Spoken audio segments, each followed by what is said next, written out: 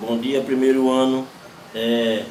Estamos estudando na nossa parte matemática as relações trigonométricas em um triângulo retângulo. Foi aí que a gente parou a nossa aula. E quando estamos na parte de matemática aplicada, é que a gente está estudando a parte de conjunto. Tanto é que teve uma aula que foi para o nono ano, que eu dei conjuntos numéricos, que foi para vocês também, certo? Mas vamos continuar aqui a nossa aulinha. Vamos lá. O que é que a gente sabe? A gente, no momento, não está estudando operações com os conjuntos. Vou repetir.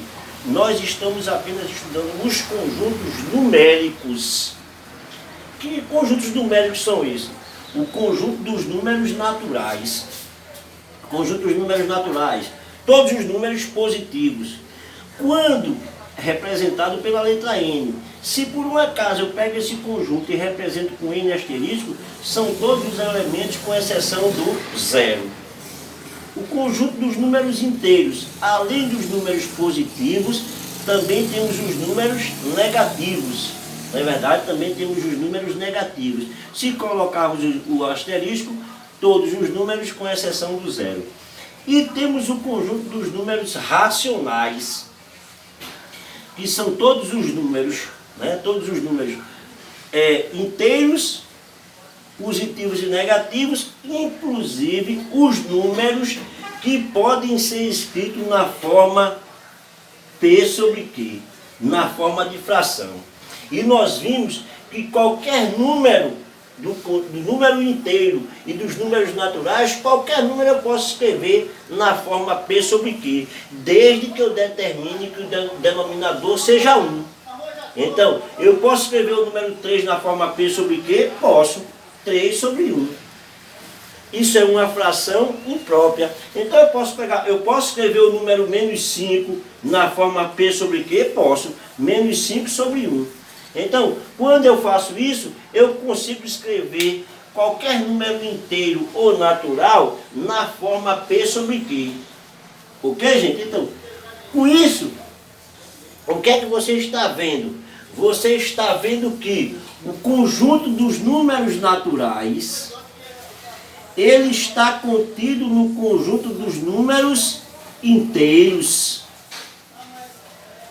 E o conjunto dos números inteiros, ele está contido no conjunto dos números racionais. Racionais. Só que, pessoal, além desses três conjuntos, você já viu falar no conjunto dos números reais. Mas quem é o conjunto dos números reais?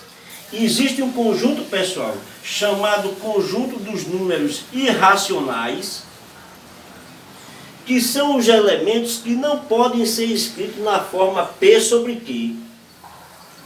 Então, não pode ser escrito na forma P sobre Q. Exemplo disso: raiz de 2, raiz de 3, π, certo? Uma infinidade de números.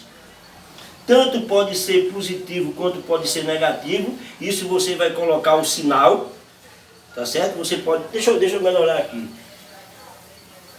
Deixa eu melhorar aqui. Eu poderia colocar assim, ó. Menos π, menos raiz de 3, menos raiz de 2, raiz de 2,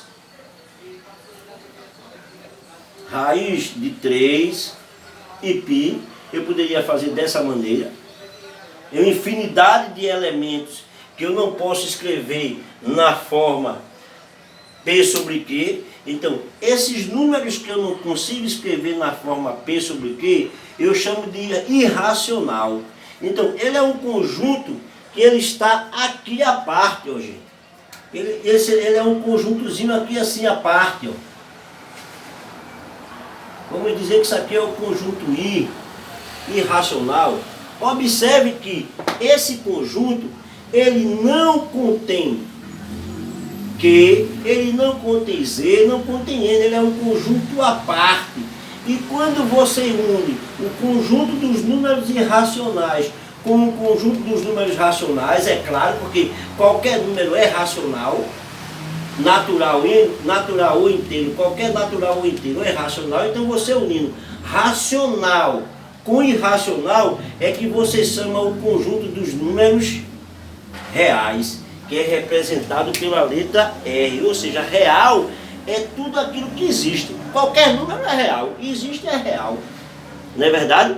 Então, os números reais é a união do conjunto dos números irracionais com o conjunto dos números racionais. Então, como a gente não estudou operações, a gente apenas viu o que é antecessor e o que é sucessor. Nesses dois casos, nós vamos trabalhar mais com o conjunto dos números naturais e com o conjunto dos números inteiros. Depois, a gente viu maior que e menor que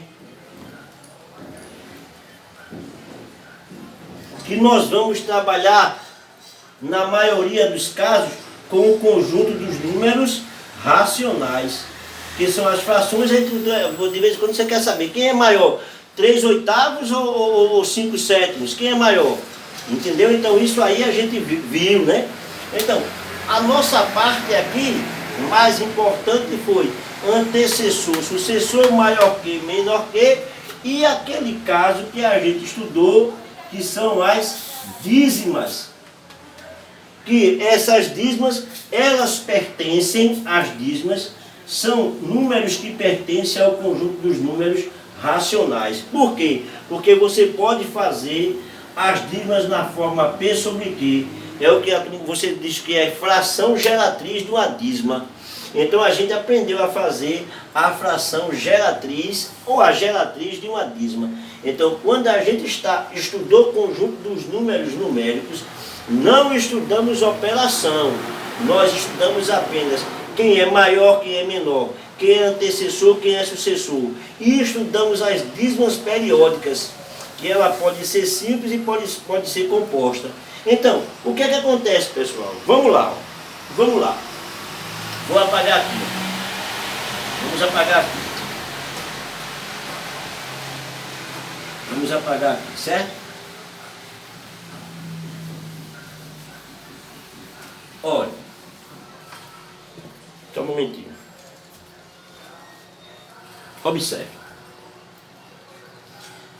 Quando nós estudamos teoria dos conjuntos, sem falar em conjuntos numéricos, nós vimos símbolos. Que símbolos é isso? Nós vimos pertence e nós vimos não pertence. Mas nós vimos que esses elementos, nós temos que relacionar elemento relacionado com quem? Com o conjunto. Nós estudamos esses símbolos. Está contido, não está contido. Contém e não contém. E nós vimos que esses símbolos, eles são usados na relação de conjunto relacionado com conjunto. Por que eu digo isso? Você sabe que todos os elementos do conjunto natural são elementos do conjunto do número inteiro. Mas você pode usar esse símbolo? Não. Por que você não pode usar esse símbolo? Porque você tem dois conjuntos.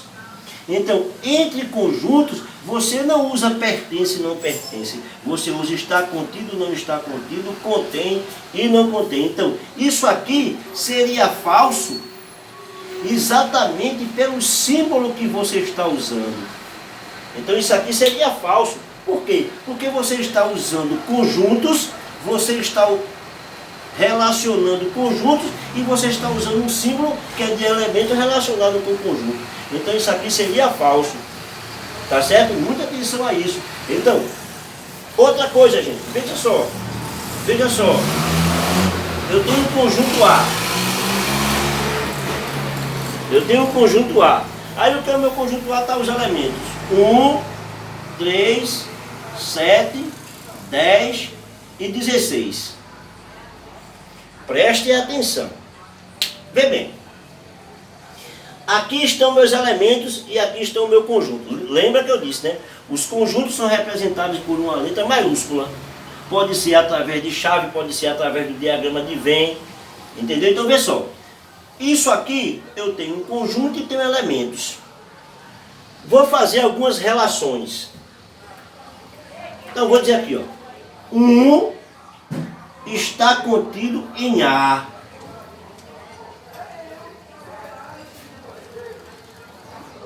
3 não está contido em A.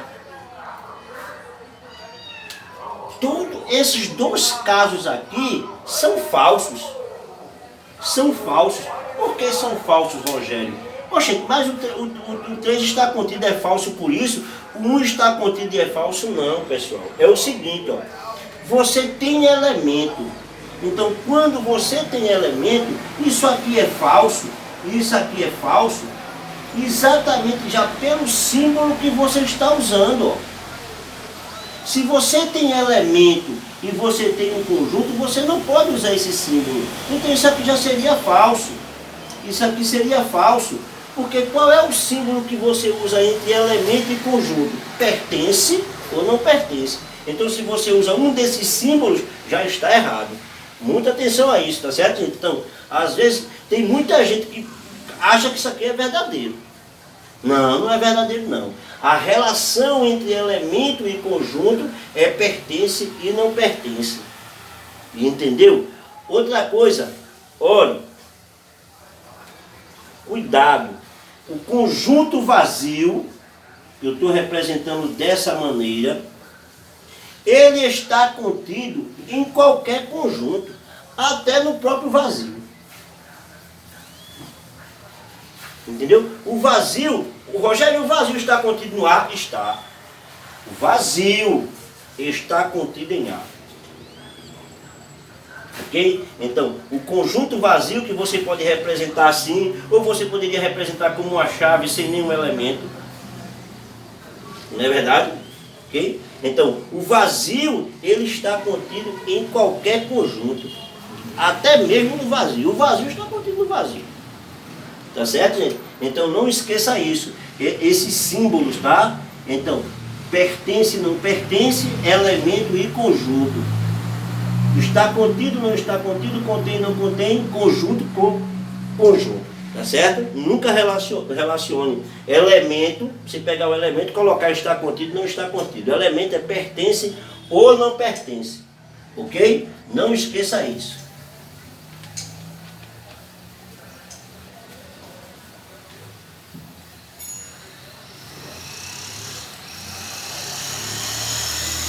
Outra coisa que nós aprendemos foi escrever a geratriz de uma dízima. Escrever a geratriz de uma dízima. Então, ó, como é que eu escrevo a geratriz de uma dízima? Aqui, ó, 0,15, 15, 15, reticência. Essa minha dízima é periódica simples ou composta, gente? Aí você, Rogério, essa tua dízima é uma dízima periódica simples.